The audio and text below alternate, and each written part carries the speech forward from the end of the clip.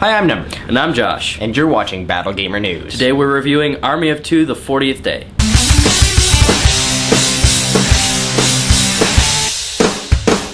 Army of Two, the 40th Day is pretty much all around the board a mediocre game. There are some good ideas, especially with the heavy reliance on co-op, but the controls and other things are hard to get over. In the plot of Army of Two, the 40th Day, actually I have no freaking clue what the plot is because they don't go to any length to tell you what's going on.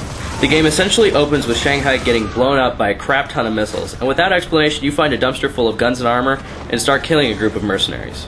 As someone who has never played the first game, I was extremely confused about who I was and why I was doing the things I was doing.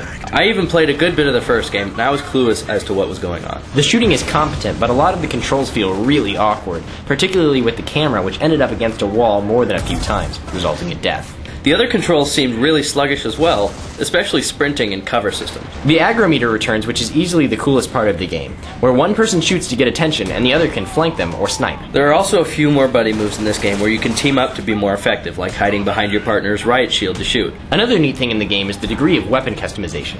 There aren't a terribly large number of weapons in the game, but each of them can have almost every part swapped out or customized to suit your needs. You can even use parts you find in the environment as impromptu upgrades, or give your weapon a custom paint job to increase or decrease your aggro. A useless but neat feature they added as well is the ability to make custom masks and armor on the internet and import them into your game.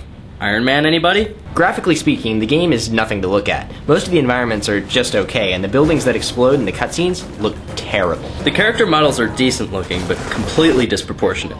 One of the characters in particular that you meet at the beginning of the game has muscles that are bigger than his head. Overall, Army of Two, the 40th Day is a pretty mediocre experience with just a few good bits thrown in. If you're a big fan of the original, or really like co-op games, you might want to give this game a rent, because you can probably beat it in about 5 hours or so. We're giving this game a 6.5 out of 10. Be sure to subscribe and check back at battlegamernews.com. Thanks.